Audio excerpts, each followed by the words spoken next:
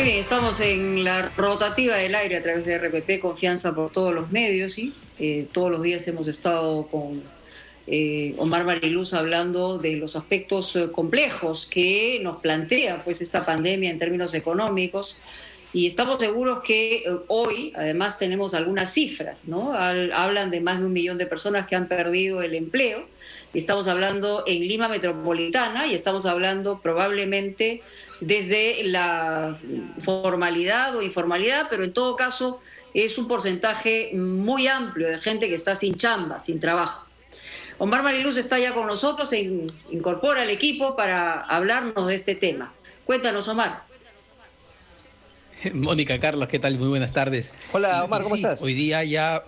¿Cómo estamos, Carlitos? Hoy día sí ya se conocieron algunas cifras oficiales sobre lo que ha sido el impacto del COVID-19 o de esta, digamos, esta paralización de la economía producto del COVID-19 en términos de PBI, en términos de empleo, en términos de ingresos, y es data que se tiene en principio para marzo, el PBI de marzo, que hay que recordar que nos golpeó la mitad del mes, es decir, empezó la quincena de marzo y ahí ya vemos que el impacto ha sido de lo que se había previsto. Estamos hablando de una caída del PBI de marzo comparado con marzo del año pasado de 16%. Es decir, la economía se desplomó un 16% debido a esos 15 días de paralización de marzo. Evidentemente,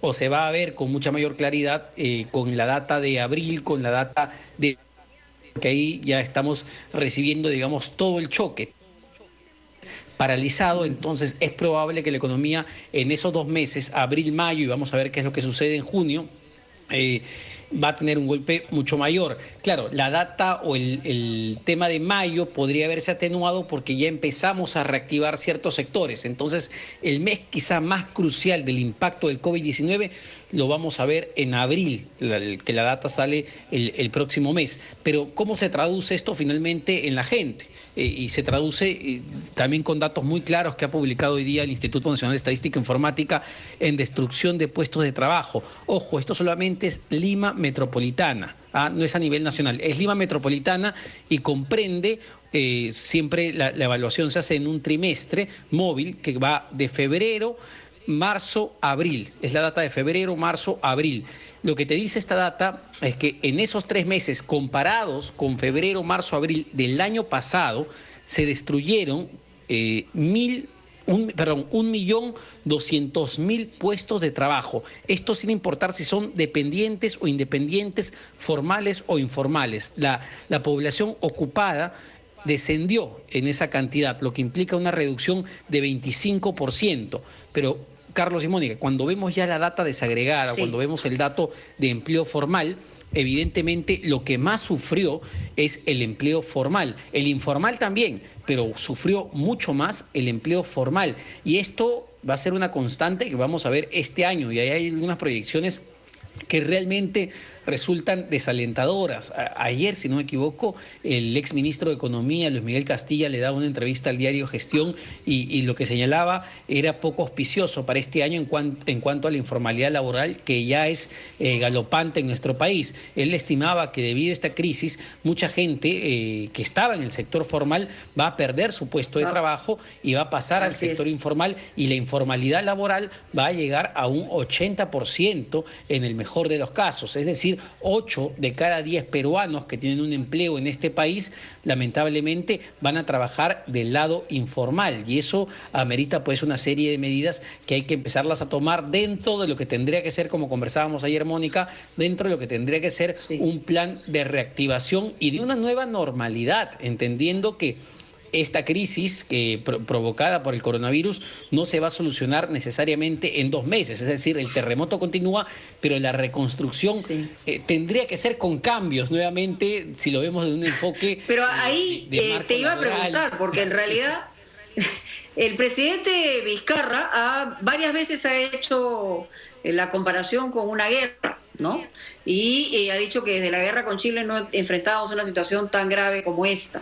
Y justamente después de una guerra lo que se hace es un gran plan de reconstrucción, pero donde el Estado tenga mecanismos efectivamente para dar oportunidad de trabajo, porque de lo contrario vamos a tener un problema muchísimo mayor, no solamente un 80% de informalidad, sino de una recesión galopante. Entonces, por ahí deberíamos estar ya analizando cuál es el plan, no solo de reactivación privada, sino de reactivación en la reconstrucción nacional, en términos amplios, ¿no?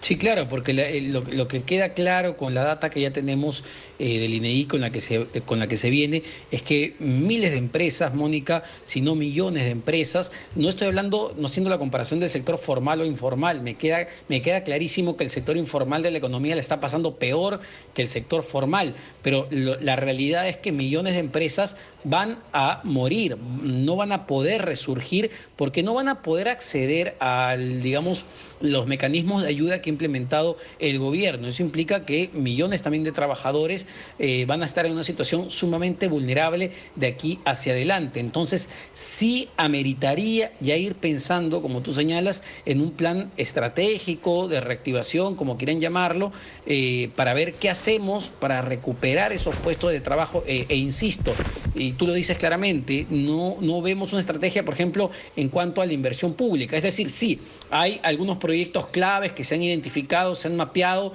que se van a reiniciar. Ok, pero ¿qué estrategia se va a usar para no cometer los mismos errores que con la reconstrucción del norte y efectivamente la ejecución de esos recursos se dé con agilidad y genere que la rueda de la economía comience a andar? Eso va a ser clave y lo que estamos viendo al día de hoy es que la inversión pública está sumamente deteriorada. Entonces sí, ameritaría ya escuchar un poquito más. O sea, ya venía deteriorada por el escándalo. Por el escándalo Lavajato, y entonces se le suma a esto una situación mucho más grave. Y claro, el asunto es que solamente de una manera, de una escala importante de trabajos, por lo menos durante un año, así sean temporales, de otra forma la administración, digamos, pública va a ser pues mucho más complicada, ¿no? Bueno, y ahí lo clave, porque también tenemos que ser conscientes de que las espaldas que tiene el Estado peruano, tanto financieras como de capacidad de gestión, no solamente de gobierno central, sino gobiernos subnacionales, gobiernos regionales, municipales, no es el que necesitaríamos en estos momentos. Hay una serie de limitaciones muy complicadas. Entonces, el apoyo público es clave. Es importantísimo, pero también ir pensando en cómo hacemos para reactivar el flujo privado, el tema de la inversión privada que en estos momentos va a ser trascendente y ahí lamentablemente, Mónica, vamos a tener una serie de complicaciones que vienen, por ejemplo, de una demanda, es decir, de una expectativa de demanda de la población sumamente deprimida, es decir, la gente no va a consumir, no va a comprar ni localmente ni externamente. Entonces, el reto por delante sí es enorme y vamos, viendo que ya hay un proceso de reactivación, este va a ser gradual. Entonces, este año va a tocar a esta administración de todas maneras implementar un plan mucho más ambicioso de cara a la reactivación y de la creación de puestos de trabajo, porque lo que vemos ahorita es que devuelven algo a la esos meses que hemos dicho, más de 1 millón de gente, sí, más de 1 millón de gente se ha quedado sin trabajo. Entonces, esa es una realidad palpable de esta crisis. Muy bien, Omar, muchísimas gracias, como siempre, muy claro. Y claro, es una información compleja, son ya los números que empiezan a decirnos exactamente cuál es el tamaño de la situación económica en la que estamos, pero hay que actuar y hay que buscar la forma de reinyectar algún tipo de confianza porque la economía es muy sensible precisamente a la confianza o a la desconfianza. Incluso en tiempos como estos hay que hacer lo posible por devolver algo de confianza. Muy bien, muchísimas gracias. Carlos, creo que tenía información que compartir. Sí, sí. Sí, no, te decía, un dato importante que va en esa lista es que se ha incrementado el bono, el subsidio para la compra de viviendas en un 30%. Claro, tú dirás, en este momento, ¿quién está pensando en comprar una vivienda? Pero es una medida que busca probablemente atacar a un sector que todavía tiene ingresos, dado que las tasas de interés están sumamente bajas, los precios están deprimidos en el mercado inmobiliario y el subsidio de apoyo del gobierno se ha incrementado. Es una medida que vamos a ver qué impacto real tiene, porque como decíamos, la demanda está muy golpeada en estos momentos. Solo eso.